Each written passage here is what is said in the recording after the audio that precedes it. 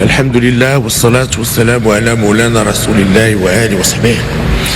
Monsieur le Président Denis Sassou Nguesso, Président de la République du Congo, Monsieur le Président Paul Kagame, Président en exercice de l'Union africaine, Excellences, Messieurs les chefs d'État et de gouvernement, Monsieur le Président de la Commission de l'Union africaine, Mesdames et Messieurs. Je souhaiterais en premier lieu remercier notre auguste hôte, le Président de la République du Congo, Son Excellence Denis Sassou Nguesso, de nous avoir réunis ici au cœur de l'Afrique centrale autour d'un grand projet.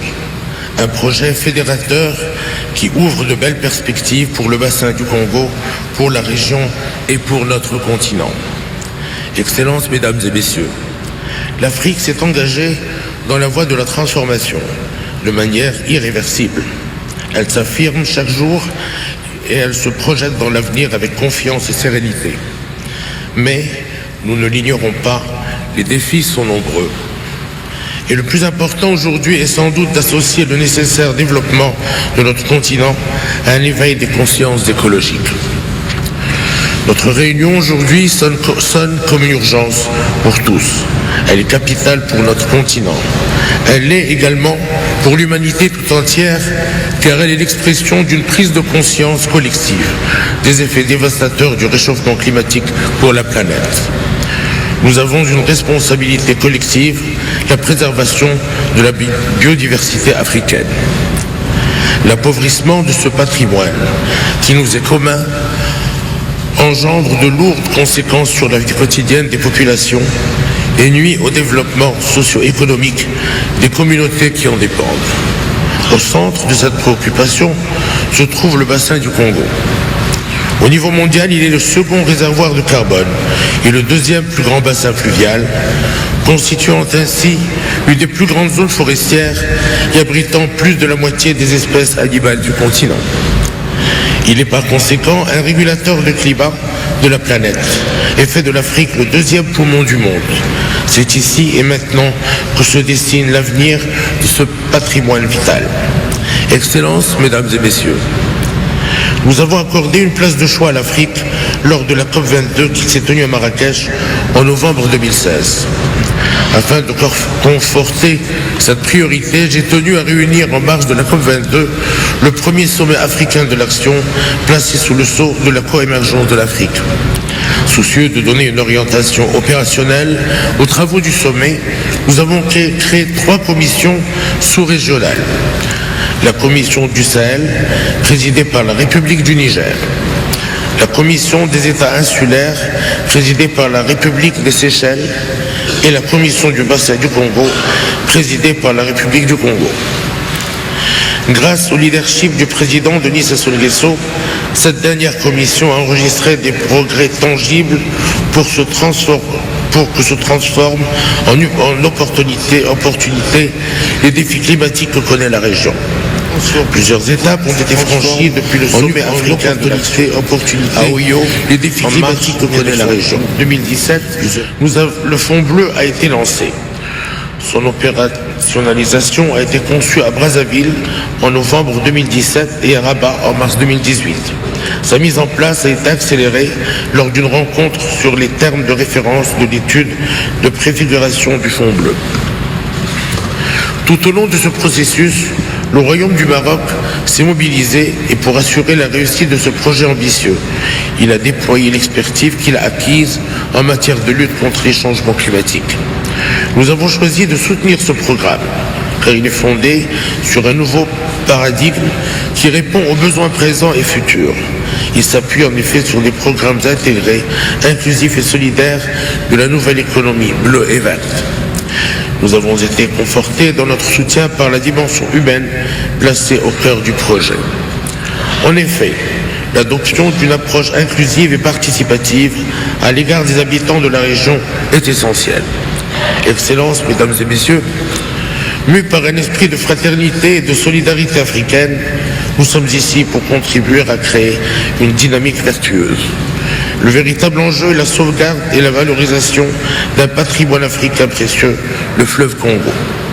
Nous avons ce devoir envers les 200 millions d'Africains et Africaines qui vivent dans ce bassin et envers notre continent. La mise en place du Fonds bleu doit s'accompagner de la mobilisation de tous les acteurs économiques et de la société civile pour que s'engagent des actions concrètes d'atténuation et d'adaptation et que soit garantie l'émergence d'un mode résilient de développement. Le financement de ce projet constitue le défi majeur à sa mise en œuvre. Nous devons ainsi innover et créer des mécanismes qui identifieront et mobiliseront les ressources financières. Il nous faut convaincre les bailleurs de fonds bilatéraux et multilatéraux, publics ou privés. Le Fonds bleu entraînera nécessairement une dynamique positive, porteuse de projets capables de soutenir les économies des États membres. Je pense en particulier à l'amélioration des voies de navigation intérieure, à l'aménagement des ports secondaires, au développement de la pêche durable, à la lutte contre la pollution des cours d'eau et au renforcement de l'irrigation dans la perspective de l'amélioration de la productivité agricole. Cette nouvelle économie de l'eau et autour de l'eau sera le moteur du développement. Excellences, Mesdames et Messieurs, au-delà des conséquences induites par les changements climatiques, les pénuries alimentaires et les baisses des réserves en eau risquent d'entraîner d'importantes migrations de population, de fragiliser les États et de favoriser la précarité.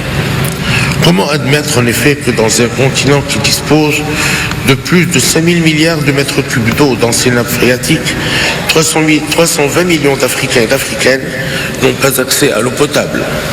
Ce constat probant est d'autant plus alarmant que si nous n'agissons pas dans les années à venir, le changement climatique conduira à une dégradation des terres et à une raréfaction des ressources en eau. Les 25 000 km² de voies navigables risquent alors l'ensablement et la pollution. Une mobilisation collective est capitale et ce sommet démontre qu'elle est possible. Excellences, Mesdames et Messieurs, relever le défi de la mise en valeur du bassin du fleuve du Congo, c'est créer une dynamique coopérative en faveur du développement durable, non seulement à l'échelle des pays riverains, mais également dans l'ensemble du continent. Si nous souhaitons protéger les deux poumons de la planète, ce défi doit devenir une ambition collective portée par l'Afrique et par le monde. Les ressources naturelles et écologiques de notre continent en font l'un des plus importants acteurs du monde. Et ces immenses bassins et fleuves recèlent d'une richesse inestimable, l'or bleu, l'eau. Devenue denrée rare, l'eau est l'objet de nombreuses convoitises. Soyons conscients de nos richesses, de notre capacité à innover et conjuguons nos énergies et notre courage.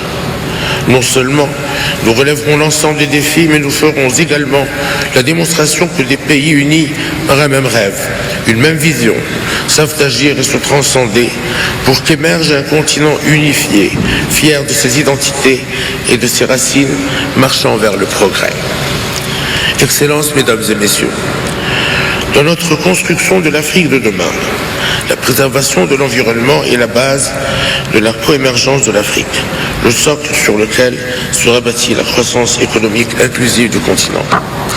Nous devons nous atteler ensemble à prendre en compte le réchauffement climatique, ses risques, et à transformer nos économies sur la base du développement durable. Notre présence ici aujourd'hui témoigne de notre détermination à placer ces questions au plus haut de nos préoccupations et de notre action. Nous sommes résolus à mettre en œuvre des initiatives concrètes susceptibles de préserver les droits des générations à venir. Le Royaume du Maroc œuvrera sans relâche et avec détermination pour la concrétisation des grands projets structurants de notre continent. Le défi écologique ne doit plus être perçu comme une menace, mais comme une priorité. C'est le sens de notre engagement commun aujourd'hui, un engagement placé sous les principes de la responsabilité partagée et de la solidarité panafricaine. Je vous remercie. Assalamu alaikum wa rahmatullahi wa barakatuh.